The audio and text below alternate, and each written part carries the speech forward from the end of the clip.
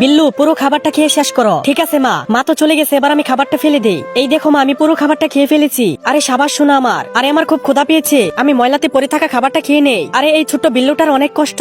দাঁড়াও বিল্লু, আমি এখনই আসতেছি। মা, আমার আবার ক্ষুধা পেয়েছে। দাঁড়াও বিল্লু, আমি খাবার নিয়ে আসতেছি। এই নাও, তোমার জন্য খাবার এনেছি। কি মজা কি মজা, আমার খাবার এসে গেছে। ছোট্ট বিল্লু, এই দেখো তোমার খাবার নিয়ে এসেছি, এবার তুমি মজা করে খাবারটা খাও। মা, আমার আবার ক্ষুধা পেয়েছে। তোমার এত ক্ষুধা কিভাবে পাচ্ছে? দাঁড়াও, খাবার নিয়ে আসতেছি। এই নাও, তোমার জন্য অনেক খাবার এনেছি। ছোট্ট বিল্লু, চলো এখন আমরা দুজনে মজা করে খাবার খাবো। আরে বিল্লু, এটা কার সাথে খাবার খাচ্ছে? মা, এই ছোট্ট বিল্লুর মা বাবা মারা গেছে, তার দুনিয়াতে কেউ নেই, তাই আমি তাকে কিছু খাবার দিয়েছি। ছোট্ট বিল্লু, তুমি চিন্তা করিও না, আজ থেকে তুমি আমার কাছেই থাকবে।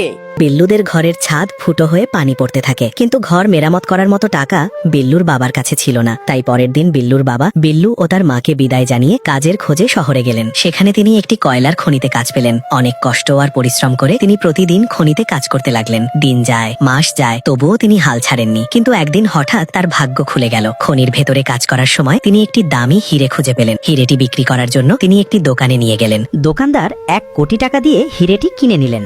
এত টাকা পেয়ে বিল্লুর বাবা প্রথমে তাদের পুরনো ভাঙা ঘরটি ঠিক করলেন এবং একটি নতুন গাড়ি কিনলেন। সেই দিনের পর থেকে বিল্লু ও তার পরিবারের আর কোনো কষ্ট রইল না। তারা সুখে শান্তিতে বসবাস করতে লাগলো।